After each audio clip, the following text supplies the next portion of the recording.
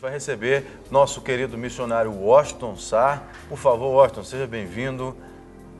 Bom dia. Nome de Bom Deus. dia, bem-vindo. Como vão? Missionário pastor Washington Sá. Bom dia você de casa, Ele nossa audiência. Desculpa, viu, Washington? Ele é especialista em comportamento de crianças, adolescentes também, cuida da família, é um terapeuta nato, né, familiar. Vai tratar conosco hoje sobre erotização infantil. Mas para a gente entrar no assunto, a gente tem um vídeo que vai ilustrar um pouco o nosso bate-papo. Vamos assistir. Sara e Letícia, de 12 e 8 anos, já começaram a fazer algumas perguntas que deixariam a maioria dos pais constrangidos. Mesmo assim, a mãe das meninas entende que não pode fugir do assunto e que educação sexual é tarefa dos pais. É algo que a gente conversa com elas, mas dentro assim, daquilo que elas pedem, da idade delas, não tentando ultrapassar, sabe, nem uma barreira, mas a gente fala assim, tem todo o cuidado com isso. A preocupação da mãe é que as filhas sejam protegidas de informações com as quais elas não vão saber lidar. Para isso, até o acesso à mídia é cuidadosamente monitorado dentro de casa. Tá usando, a gente fica perto, com quem você está conversando? Né? Deixa eu ver, não tem aquela liberdade total, vou ficar no meu quarto e eu tô aqui que estou conversando com um amiguinho meu, com uma colega minha, não, isso não existe. A gente acompanha de perto mesmo. Novela a gente não assiste. Assiste série, filme, mas sempre a gente está junto. O pai dela às vezes até reclama, eu vou ficar assistindo, mas fica todo mundo junto, assistindo. Todo esse cuidado tem fundamento. Para o pastor Washington de Sá, que acompanha famílias vítimas do abuso, a exposição precoce da criança a conteúdo sexual favorece a erotização infantil. Erotização infantil, podemos falar sobre todos os comportamentos que a criança tenha que leve a uma contextualização sexual.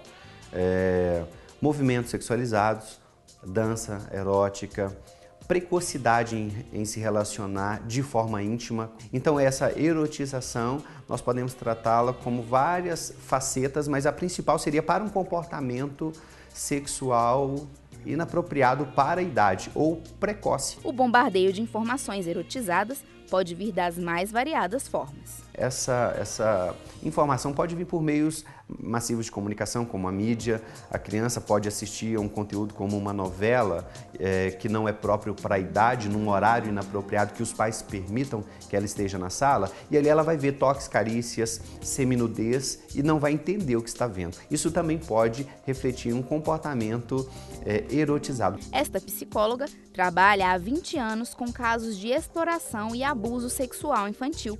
Para ela, a criança que apresenta comportamento erotizado pode se tornar alvo fácil para pedófilos. Ela começa a querer se parecer mais com adulto. Shorts muito curtos, e a gente vê a moda caminhando para toda a erotização. As crianças têm que usar batom, já tem até salão de beleza para criança, onde as crianças estão lá fazendo hidratação, mecha. Quer dizer, isso é uma forma de erotizar. Isso é uma forma que às vezes os pais não imaginam que ali esteja embutido uma erotização, né? Um adiantamento, né, de uma idade onde isso vai acontecer naturalmente. É que a criança erotizada precocemente, ela fica mais exposta a abuso sexual. O que eu e você, a maioria de nós, olhamos para uma criança, talvez com uma roupa coladinha, seria só uma criança?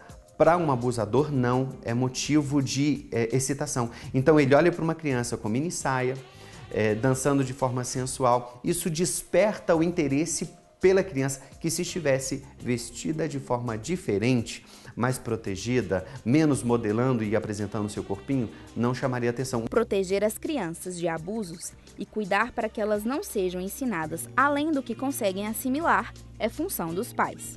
Nós, como pais, a gente precisa realmente estar mais presente. Às vezes a gente não tem a correria do dia a dia, então a ausência do pai, da mãe, dos filhos, eles ficam sujeitos a tudo isso, né? O que a mídia impõe, né? O que a televisão ensina, o que as redes sociais ensinam, mas quando a gente está presente, quando a gente ensina os nossos filhos, eles vão poder falar assim, não, eu não preciso disso, não é isso que é certo, porque a gente ensinou, porque a gente está presente.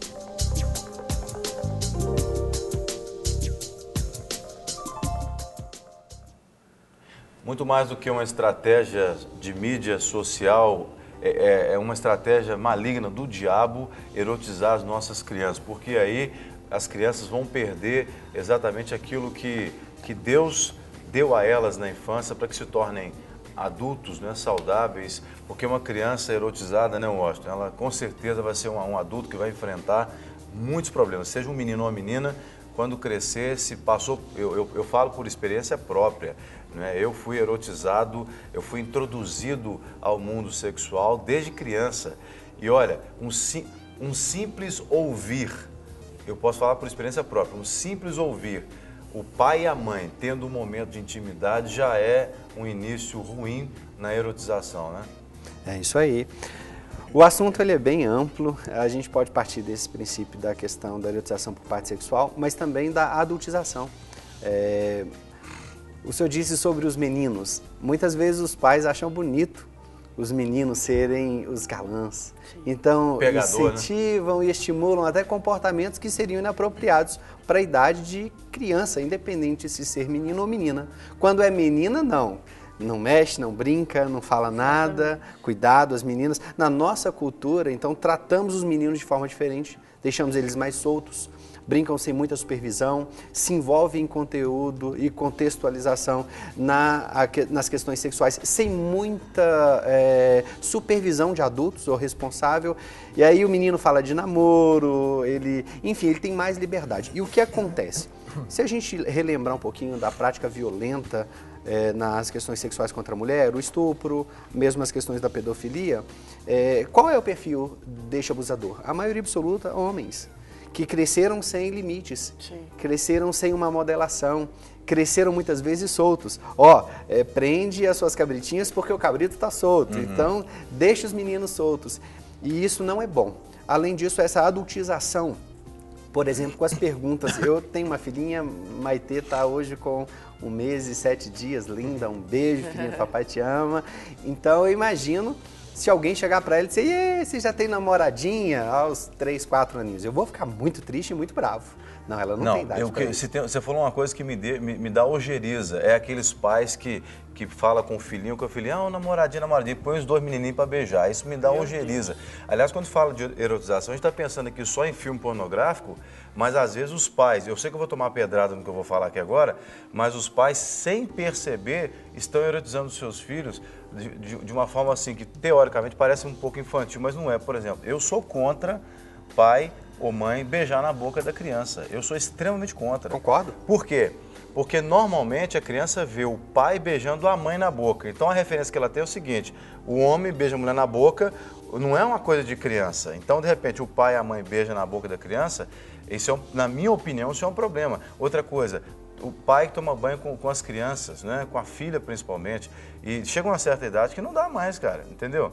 Então são coisas que, às vezes a gente pensa assim, não, eu estou protegendo meu filho de ver aquele filme pornográfico, ou aquela novela, porque novela agora tá igual filme pornográfico. Quase isso, né?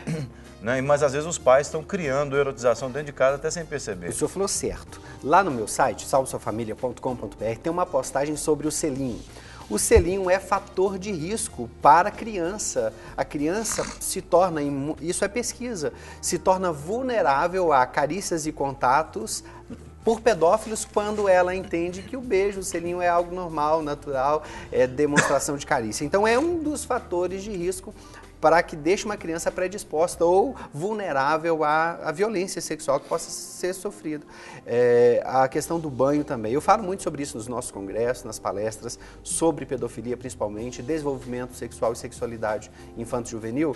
Esses comportamentos até quando? Qual a idade apropriada? Como se dá isso, o banho do papai e da mamãe? Porque a gente acaba entrando numa questão muito íntima da família, mas a informação traz para os pais uma consciência sobre por que este ou aquele conselho, por que eu devo ou não tomar banho com a minha filhinha ou com o meu filhinho e o que isso pode acarretar. Então a erotização precoce, ela faz o quê? Ela torna uma criança uma adulta precoce, mas num comportamento inapropriado para o adulto também. A gente pode olhar que, podemos recapitular, há um tempo atrás, tínhamos uma permissão na mídia desta erotização ou sensualidade infantil, com as danças, boquinha da garrafa e etc. E era considerado normal. Hoje é a tal das poderosas, pelo amor de Deus.